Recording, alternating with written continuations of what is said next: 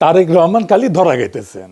তারেক রহমান যদি নিজে নিজে বুঝে কথা বলে তাহলে নিজের বেকুবিতে ধরা গেতেছেন, আর যদি উনি কারো বুদ্ধি শূন্য কথা বলেন তাহলে উনারা গাড্ডায় ফেলতেছে তার আশেপাশের লোকেরা।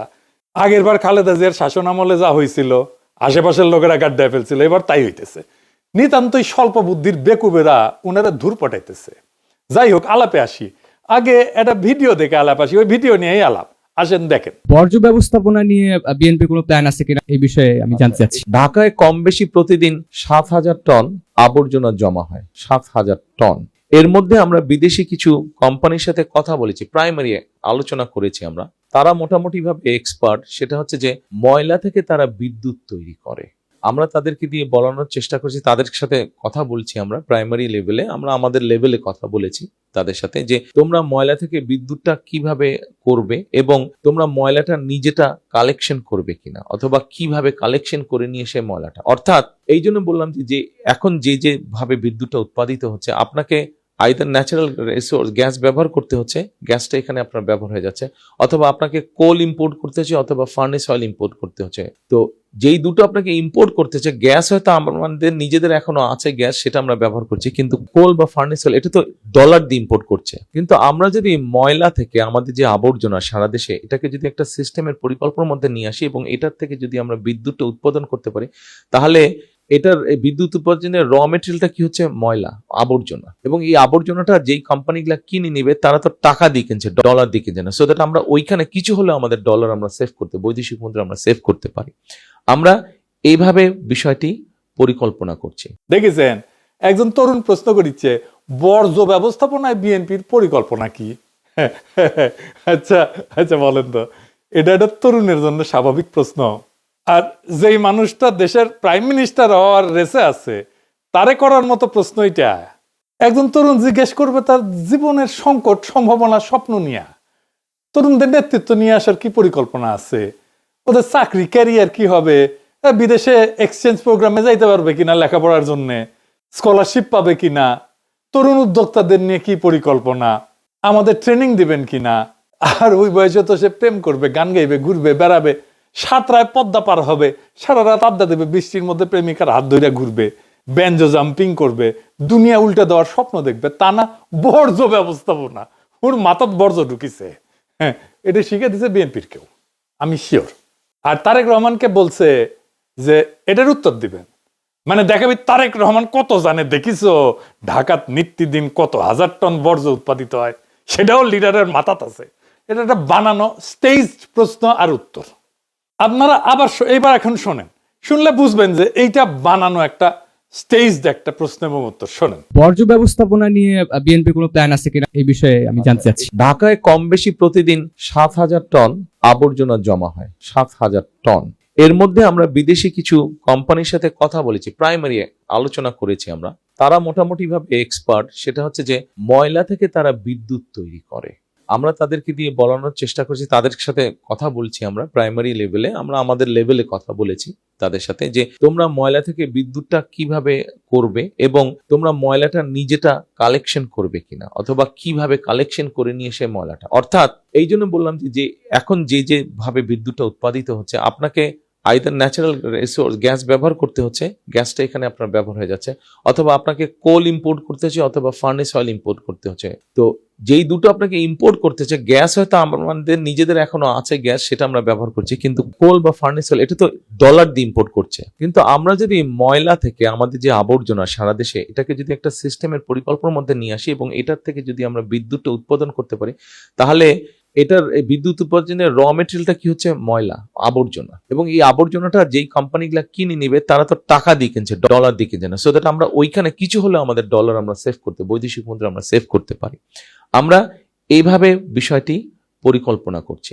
বুঝবার পারছেন তো, এখানে তিনটা গুরুতর সমস্যা আছে তারেক রহমানের। হ্যাঁ, তারেক রহমানের। আমার ক্ষুদ্র ভ্রাতার ভগ্নীরা কবে, দাদা আপনি তো তারেক রহমানের সবকিছুই ধরিচ্ছেন, না ধরে উপায় কি? আওয়ামী লীগকে ফেরাবে, ইন্ডিয়ার সাথে সিস্টেম হয়ে গেছে বিএনপির, আমরা তো বসে থাকতে পারি না। যাই হোক, আসেন একে একে দেখি কি কি ঝামেলা করেছে তারেক রহমান নিজেই। প্রথম ঝামেলা, তারেক রহমানের স্টেটসম্যান বা রাষ্ট্রনায়ক হচ্ছে তো দক্ষতা দেখাতে পারতেছেন না, এখানেও পারেন নাই। উনি মাইক্রো ম্যানেজমেন্ট করতেছেন, মানে বর্জ্য ব্যবস্থাপনা কি হবে সেটা নিয়ে ইনভলভ হইতেছেন। এটা তো রাষ্ট্রনায়কের ইনভলভ হওয়ার জায়গা না, এটা রাষ্ট্রনায়কের কাজই না। ডেটা রাষ্ট্রনায়ক মাথায় রাখে না, তথ্য রাষ্ট্রনায়ক মাথায় রাখে না। ঢাকায় প্রত্যেকদিন কত বর্জ্য উৎপাদন হয় সে ডেটা তো অবশ্যই একজন রাষ্ট্রনায়ক রাখবে না। 2 নম্বর হচ্ছে এই কাজটাও যে করতেছে, এই কাজটা যদি দক্ষতার সাথে করতেন উনি, তাহলে কথা ছিল যে না উনি বুঝেন ব্যাপারটা, বুঝে কথা বলছেন, পরিকল্পনাটা সলিড আছে। তা তো না, উনি বুঝেছেন আদা, ভুল বুঝতেছেন পুরাটা। আর এই কাজটা উনি করতেই পারবেন না, একেবারেই পারবেন না। বুঝায় বলি আসেন, উনি যে একেবারেই বুঝেননি ব্যাপারটা, এটা আসেন আমরা বুঝে দেখি। বর্জ্য দিয়ে বিদ্যুৎ উৎপাদন করে যে পশ্চিমা দুনিয়া, বর্জ্যকে কাঁচামাল ধরে নিয়ে না, মানে এটা বর্জ্য ব্যবস্থাপনার একটা পার্ট। বর্জ্য দিয়ে বিদ্যুৎ উৎপাদন করা, বিদ্যুৎ উৎপাদন সেকেন্ডারি, বর্জ্য ব্যবস্থাপনা প্রাইমারি। ভাত রাখতে গেলে যেমন মার হয়, তেমন একটা বিশেষ পদ্ধতিতে বর্জ্য ব্যবস্থাপনা করতে গেলে বিদ্যুৎ উৎপাদন করা হয়। হাঁটতে গেলে যেমন পেশাব বের হয়, ওই ঠিক ওই রকম। আপনি হাঁটতে গেছেন, পেশাব করতে যান নাই তো, কিন্তু পেশাব হয়। এইরকম বিদ্যুৎ হয়। এটা আপনার আলাদা করে পরে পেশাব করতে হয় না, আপনার উদ্দেশ্য হাগা, পেশাব করা না। ঠিক তেমন বর্জ্য দিয়ে বিদ্যুৎ উৎপাদনের লক্ষ্য হইতেছে বর্জ্য ব্যবস্থাপনা, বিদ্যুৎ উৎপাদন না। বিদ্যুৎ তৈরি করা না, বিদ্যুৎ তৈরি হয়ে যায়। তারেক রহমান বলতেছেন কয়লা, ফার্নেস অয়েল যেমন বিদ্যুৎ বানানোর কাঁচামাল, তেমন কাঁচামাল বর্জ্য না, একেবারেই না। বর্জ্য দিয়ে বিদ্যুৎ উৎপাদন করতে গেলে যে কারখানা লাগবে তার খরচা অনেক বেশি। কত বেশি আমরা দেখব। বর্জ্য থেকে বিদ্যুৎ উৎপাদনের খরচাও কয়লার 2 গুণ, গ্যাসের প্রায় 3 গুণ, সৌর বিদ্যুতের 4 গুণ। 1 মেগাওয়াটের কারখানায় যদি বর্জ্য থেকে বিদ্যুৎ করতে হয় তাহলে $10 মিলিয়ন লাগে। তার মানে সবচেয়ে ছোট 10 মেগাওয়াটের যদি একটা প্ল্যান্ট করতে চাই তাহলে $100 মিলিয়ন লাগবে। কয়লায় যদি খুব আলট্রা সুপার ক্রিটিক্যাল টেকনোলজি, এটা মানে সবচেয়ে ভালো একদম, আমরা যদি একটা কারখানা বানাই তাতেও এর খরচা 1/3। বর্জ্য থেকে বিদ্যুতের যে কারখানা তার 1/3, 3 ভাগের 1 ভাগ। মানে এই যে বর্জ্য থেকে বিদ্যুৎ বানানো, এটা যে ধান্দা, আশেপাশের লোক ধান্দা করিছে, বুঝেছেন তো কি লেভেলের ধান্দা হবে, বুঝেছেন? সব সিস্টেম করে ফেলিছে, এটা থেকে ওনার লোকজন ধান্দা করবি। আর একটা সমস্যা টেকনিক্যাল, এটা বুঝে দেখি, কিন্তু এটা বুঝেছেন তো যে বর্জ্য দিয়া বিদ্যুৎ উৎপাদন করাটা এটা বর্জ্য ব্যবস্থাপনার একটা পার্ট। বিদ্যুৎ উৎপাদন করাটা প্রাইমারি কাজ না, বিদ্যুৎ সেকেন্ডারি কাজ, বর্জ্য ব্যবস্থাপনা প্রাইমারি কাজ। এবার টেকনিক্যাল সমস্যাটা একটু বুঝে দেখি। সব বর্জ্য থেকে বিদ্যুৎ হয় না। মানে বর্জ্য মানে কি কি, আমরা বর্জ্যের তালিকা একটু পরে দেখবো, আগে জেনে নেওয়া দরকার। বর্জ্য থেকে 2 রকম কারখানা করা যায় বিদ্যুৎ উৎপাদনে। 2 ধরনের বর্জ্য থেকে, যেগুলো পোড়ানো যায়, যেমন কাগজ, কার্ডবোর্ড ইত্যাদি। এগুলো পুরায় বাষ্প বানানো হয়, ওইটা দিয়ে টারবাইন ঘোরে বিদ্যুৎ তৈরি হয়। আরেকটা হইতেছে জৈব বর্জ্য, যেমন যে খাবার রান্নাঘর থেকে যেগুলো আসে, এগুলো দিয়ে বায়োগ্যাস তৈরি করা হয়, আরেক ধরনের প্ল্যান্ট লাগে। তার মানে 2 ধরনের বিদ্যুৎ তৈরি করা যাবে 2 ধরনের কারখানা থেকে। যেমন ধরেন গৃহস্থালী বর্জ্য, সাধারণ মানুষের দৈনন্দিন জীবনে উৎপন্ন বর্জ্য, হাগামোতা ইত্যাদি ইত্যাদি। খাবারের উচ্ছিষ্ট, ভাত, ডাল, সবজি, মাছ, ফল ইত্যাদি। রান্নাঘরের বর্জ্য, এই যে সবজি তরকারি কাটছে এগুলো। কাগজ, কার্ডবোর্ড, প্লাস্টিক, পলিথিন, বোতল, কাপড়, পুরানো জামা, কাঁচ, বোতল, গ্লাস, তারপর ক্যান, টিন, ছাই, ধুলা, এগুলো বর্জ্য, গৃহস্থালী বর্জ্য। এগুলো জৈব অংশ দিয়া বায়োগ্যাস করা যায়। জৈব বর্জ্য যেগুলো, মানে যেগুলো পচনশীল, খাবারের উচ্ছিষ্ট, খাবারের বর্জ্য, সবজি, ফল, তারপরে মল মূত্র, কৃষির উচ্ছিষ্ট, খড়, গাছের পাতা ইত্যাদি ইত্যাদি। এইটা বিদ্যুৎ উৎপাদনের সবচেয়ে উপযোগী, এটা দিয়ে বায়োগ্যাস তৈরি করা হয়, তারপরে ওইটা দিয়ে বিদ্যুৎ উৎপাদন। তারপরে ধরেন কাগজ, প্লাস্টিক বর্জ্য, পেট বোতল, কার্ডবোর্ড, প্যাকেট, এই সমস্ত একটা প্রসেসের মধ্যে দিয়ে দহনযোগ্য করে নেওয়া হয়, তারপরে এগুলো পোড়াইতে হয়, পোড়ায় বাষ্প তৈরি করা হয়, ওইটা দিয়ে টারবাইন ঘোরে বিদ্যুৎ তৈরি হয়। কাগজজাত বর্জ্য ধরেন খবরের কাগজ, কার্টুন, প্যাকেজিং বাক্স ইত্যাদি ইত্যাদি। এগুলোকে ফার্নেসের মধ্যে দিলেই কালে হবে না, এগুলোকে দহনযোগ্য করে নিতে হবে, শুকায় নিতে হয়, এটার মধ্যে যেন পানি টানি না থাকে, বুঝেছাও? আবার অনেক বর্জ্য আছে কিন্তু যেগুলো কোনোভাবে এটা দিয়ে কোনো কিছু করা যাবে না। যেমন ধরুন কনস্ট্রাকশনের যে বর্জ্য, ইট, বালু, সিমেন্ট, কংক্রিট, টাইলস, এই সমস্ত ভাঙা চোরা, এগুলো দিয়ে বিদ্যুৎ উৎপাদন করা যায় না। শিল্পের বর্জ্য আছে, ইন্ডাস্ট্রিয়াল ওয়েস্ট, কারখানা থেকে উৎপন্ন রাসায়নিক বর্জ্য, যেগুলো নদীর ফেলে আর কি, দেখেছেন না, তেল, গ্রিজ, ধাতব স্ক্র্যাপ, এই সমস্ত, এগুলো বর্জ্য দিয়ে তো বিদ্যুৎ উৎপাদন করা যাবে না। তারপরে ধরেন একটা ইম্পর্টেন্ট বর্জ্য আছে যেটা পচনশীল, কিন্তু এটা আপনি কিছুই করতে পারবেন না, এটা হচ্ছে চিকিৎসা বর্জ্য, ক্লিনিক্যাল ওয়েস্ট। এটা সবচেয়ে ঝুঁকিপূর্ণ। ব্যবহৃত সিরিঞ্জ আছে, রক্তমাখা ব্যান্ডেজ, প্যাথোলজির বর্জ্য, রক্ত মলমূত্র কপ, ডায়াগনস্টিক সেন্টার থেকে যে সমস্ত জিনিস বাড়ায়, এক্সে ফিল্ম, এগুলোর প্যাকেট ইত্যাদি, মেয়াদ উত্তীর্ণ ওষুধ, এগুলো তো কিছুই করা যাবে না, এগুলো একদম পুড়ায় ফেলতে হয় আলাদা করে। ইলেকট্রনিক বর্জ্য আছে, যেমন ধরেন আপনার মোবাইল ফোন নষ্ট হয়ে গেছে, কম্পিউটার, টিভি, ব্যাটারি, এগুলো বর্জ্য দিয়ে তো বিদ্যুৎ উৎপাদন করা যায় না। তো আমাদের গৃহস্থালী বর্জ্য দিয়েও যদি আমরা বিদ্যুৎ উৎপাদন করতে যাই, তাহলে তো আমাদের আলাদা করতে হবে। তারপরে যাবে কাঁচামাল হিসাবে, মানে জৈব বর্জ্যগুলো একদিকে যাবে, কাগজগুলো আরেক দিকে যাবে, কাঁচ আরেক দিকে যাবে, আমরা তো সবগুলো একসাথে করে ফেলি, তাই না? তো সেগ্রিগেশন হয় কোথায়? উৎসে, যেখানে তৈরি হয়, মানে ঘরের মধ্যে, বাসার মধ্যে। আমাদের বাসা তো ইউরোপে আপনি চাইলে এই সবকিছু একটার মধ্যে ভরে নিয়ে ডাস্টবিনে ফেলে দিতে পারবেন না, আলাদা 3 ধরনের ডাস্টবিন আছে। আপনার এখানে 3 ধরনের বর্জ্য 3 ধরনের ডাস্টবিনে আপনি ঘরের মধ্যেই ফেলবেন, আলাদা করবেন, তারপরে যে 3 ধরনের ডাস্টবিনে ফেলবেন। এইটা হচ্ছে সেগ্রিগেশন। এইটা করতে পারলে তখন ওইখান থেকে নিয়ে যে আপনি বায়োগ্যাস বানান, আপনি পুরান, যাই করেন সেটা করেন। এই শিক্ষাটা কমিউনিটিতে থাকতে হবে, এই শিক্ষাটা কমিউনিটিতে শেখাইতে হবে, সময় লাগে। এই সিস্টেম ইমপ্লিমেন্ট করতে কত টাইম লাগবে ভাবেন তো। এখন আপনি বর্জ্য আলাদা করবেন উৎসে।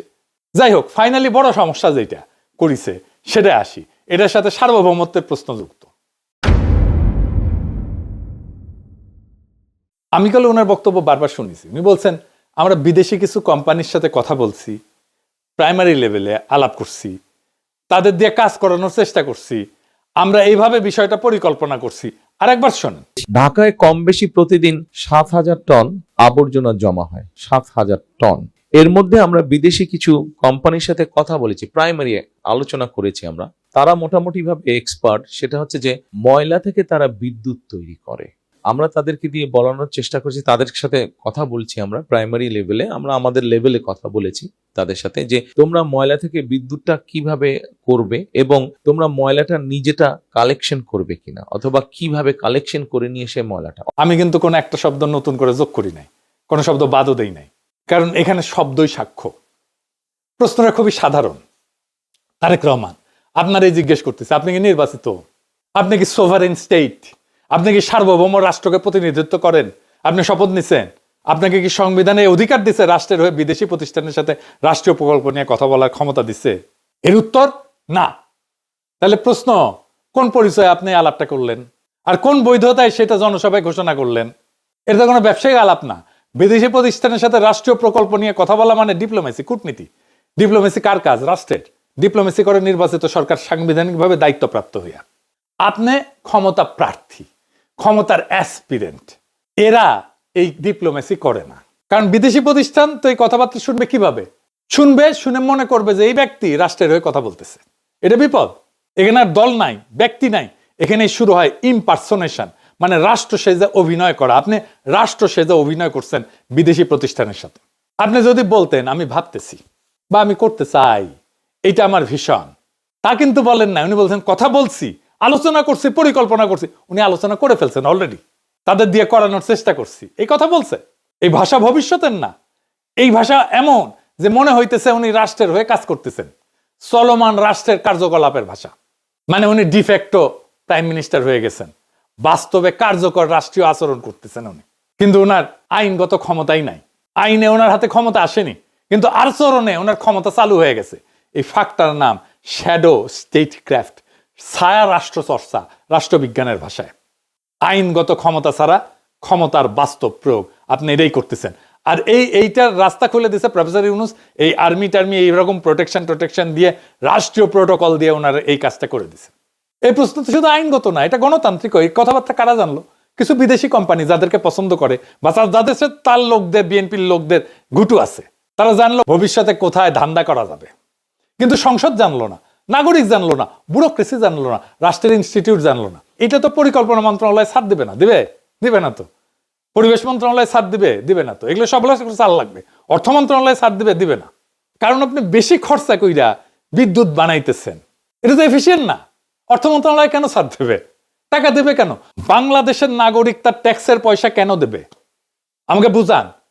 3 গুণ বেশি দাম দিয়ে বিদ্যুৎ বানানোর জন্য বাংলাদেশের মানুষ তার ট্যাক্সের পয়সা কেন দেবে? আপনার দলের লোককে ধান্দা করার জন্য? সংসদীয় কমিটি থাকবে না, ওখানে বিরোধী দলের লোক থাকবে না, ওটা ক্যাক করে ধরবে। আর আপনি বিদেশি প্রতিষ্ঠানের সাথে আলাপ করা শুরু করে দিচ্ছেন। বাহ, এখন কইতে পারেন এটা তো ভালো উদ্দেশ্যে করা হয়েছে। গণতন্ত্র উদ্দেশ্য দিয়ে চলে না, গণতন্ত্র চলে সীমা দিয়ে, বৈধতা দিয়ে। ভালো উদ্দেশ্য দিয়ে রাষ্ট্রের সীমা ভাঙা যায় না, কর্তৃত্বের সীমা ভাঙা যায় না, নতুন কর্তৃত্ব তৈরি করা যায় না। কর্তৃত্ব তৈরি হবে, শপথ করেন, জিতে আসেন, যদি জিতে আসতে পারেন তারপরে করেন। ইতিহাসে কোথাও কোথাও নির্বাচনের আগে এই ধরনের যোগাযোগ হয়েছে, আর ইতিহাসে সেই ঘটনাগুলোকে কি নাম দিছে জানেন? এগুলো অবৈধ, অনৈতিক, বিপজ্জনক, রাষ্ট্রীয় সীমা লঙ্ঘন। আজও সেগুলো পড়ানো হয় নেগেটিভ প্রেসিডেন্স হিসাবে বা নেতিবাচক দৃষ্টান্ত হিসাবে রাষ্ট্রবিজ্ঞানে। দক্ষিণ ভিয়েতনামের সরকারের সাথে নিক্সন নির্বাচিত হওয়ার আগে এরকম একটা আকাম করেছিল দক্ষিণ ভিয়েতনামে, প্যারিসে। তখন ভিয়েতনামের সাথে আমেরিকার একটা পিস টক হচ্ছিল, শান্তি আলোচনা হচ্ছিল। মানে তখন তাইলে শান্তি আলোচনা করে আমেরিকান সোলজার এমনি এমনি চলে আসতো সম্মানজনকভাবে। এটাই ছিল অবজেক্টিভ। প্রেসিডেন্ট ছিল জনসন। প্রেসিডেন্ট জনসনের সঙ্গে দক্ষিণ ভিয়েতনামের আলাপ চলতেছে। তখন নিক্সন কিন্তু নির্বাচিত হয় নাই। সে দক্ষিণ ভিয়েতনামে কইছে যে পিস টক ভেঙে দাও, আমরা নির্বাচিত হয়ে আসলে আরো ভালো ডিল দিব তোমাদেরকে। পিস টক ভেঙে যায়। এর ফলেই কিন্তু আমেরিকার লজ্জাজনক পরাজয় হয় ভিয়েতনামে। এইটারে ইতিহাসে বলে প্রি ইলেকশন স্যাবোটাজ নিক্সন। এটা দিয়ে সার্চ দিয়ে দেখেন গুগলে। কিন্তু এই একটা জিনিস ইতিহাসে নাই, তারেক রহমান এটা ইতিহাসে নতুন করছে। নির্বাচনের আগে বিদেশি প্রতিষ্ঠানের সাথে রাষ্ট্রীয় প্রকল্প নিয়ে কথা বইলা সেটা প্রকাশ্য রাজনৈতিক বক্তৃতায় ঘোষণা করছে। তিনটা জিনিস একসাথে হয়েছে, প্রি ইলেকশন, ইলেকশনের আগে, ফরেন অ্যাক্টর, বিদেশি পক্ষ, পাবলিক ডিক্লারেশন, প্রকাশ্য ঘোষণা। এই তিনটার কম্বিনেশন গণতান্ত্রিক রাষ্ট্রে কখনো কোথাও ঘটে নাই, তারেক রহমান প্রথম করছে। এটা কোথাও ঘটে না, এটার কারণ খুবই পরিষ্কার। কারণ এটা করলে স্টেট পার্টির যে বাউন্ডারি, রাষ্ট্র এবং দলের যে সীমানা, এটা ভেঙে যায়। দল আর রাষ্ট্র আলাদা থাকে না। এখন আসি সবচেয়ে গভীর জায়গায়, রাষ্ট্র কি আসলে? রাষ্ট্র কোনো ব্যক্তির ভবিষ্যৎ স্বপ্ন না, রাষ্ট্র কোনো দলের আগাম সম্পত্তি না। রাষ্ট্র একটা প্রক্রিয়া, প্রসেস। রাষ্ট্র একটা ইনস্টিটিউশন। এই প্রক্রিয়ার ধাপ আছে। জনগণের ভোট প্রথমে, সাংবিধানিক দায়িত্ব তারপরে প্রাতিষ্ঠানিক সিদ্ধান্ত। তিনটা ধাপ আছে। এই তিনটার একটা বাদ দিলে রাষ্ট্র থাকে না, থাকে ব্যক্তিগত শাসন। তারেক রহমান তার ব্যক্তির শাসন চাপাই দিতে চাইতেছে বাংলাদেশের উপরে। উনি ভোটের আগেই রাষ্ট্রের মতো কাজ করতে শুরু করছেন। তার মানে তারেক রহমান বলতেছে রাষ্ট্র জনগণের না, রাষ্ট্র আমার সম্ভাব্য সম্পত্তি। এটাই গণতন্ত্রের মৃত্যু। তারেক রহমানের হাত ধরে আসতেছে গণতন্ত্রের মৃত্যু। গণতন্ত্র মানে যা খুশি তাই করা না। গণতন্ত্র মানে কে কবে কথা বলবে, কোন পরিচয়ে বলবে, কোন সীমার মধ্যে বলবে, সেইটা ঠিক করা। তারেক রহমানের এই বক্তব্য প্রমাণ করছে তারেক রহমান তার সীমা লঙ্ঘন করছেন। রাষ্ট্রের মালিক জনগণ, সিদ্ধান্ত নেবে জনগণ। আপনি তারেক রহমান না, আপনি রাষ্ট্রের মালিক না, এটা আপনার জমিদারি না। আপনাদের কি মনে হয় তারেক রহমান রাষ্ট্রনায়ক হওয়ার উপযোগী? উনি রাষ্ট্র চালাইতে পারবেন? উনি রাষ্ট্র বুঝেন? উনি তৈরি হয়েছেন রাষ্ট্র চালানোর জন্য? বিচারের ভার আপনাদের উপরে দিলাম। 24-এর বর্ষা বিপ্লব নিয়ে ওনার কোনো আলাপ নাই, কোনো আলাপ নাই। হাসিনা নিয়ে কোনো আলাপ নাই, আওয়ামী লীগ নিয়ে কোনো আলাপ নাই, ফ্যাসিবাদ নিয়ে কোনো আলাপ নাই। তাহলে কেন এত মানুষ রক্ত দিল? সে আলাপ আছে? নাই। মানুষ অন্তরের কোন আগুনে জ্বলা প্রাণ দিতে দ্বিধা করেনি 24-এ, সেটা নিয়ে কোনো আত্ম অনুসন্ধান নাই বিএনপির। আমরা কি এইভাবে বর্ষা বিপ্লবের আকাঙ্ক্ষার কবর দিয়ে দেব? আমরা কি তারেক রহমানকে আর বিএনপিকে ক্ষমতায় আনার জন্য লড়াই করছিলাম? আমাদের বাচ্চারা অকাতরে প্রাণ দিছিল, রক্তে ভাসায় দিছিলাম। রক্তের দাগ কিন্তু এখনো শুকায় নাই। কিন্তু তারেক রহমানের বক্তৃতায় তার কোনো ছাপ নাই। আমরা ওই লড়াই করিনি তারেক রহমান আর বিএনপিকে ক্ষমতায় এনে বসাবো। আমরা তাদের হাতে রাষ্ট্রকে দেব না, কোনোভাবেই দেব না যারা জুলাইকে বিশ্বাস করে না। আমরা তাদের হাতে রাষ্ট্রকে দেব না, কোনোভাবেই দেব না যারা জুলাইকে ধারণ করে না, জুলাইয়ের চেতনাকে যারা ধারণ করে না। আর এই সিদ্ধান্ত নিতে হবে আগামী 12ই ফেব্রুয়ারিতে। আপনার স্বপ্ন, আপনার মর্যাদা, আপনার ভবিষ্যৎকে লুট হয়ে যাইতে দিয়েন না। খোদা তাআলা আমাদের এই নিয়তকে যেন কবুল করেন। ইনকিলাব জিন্দাবাদ।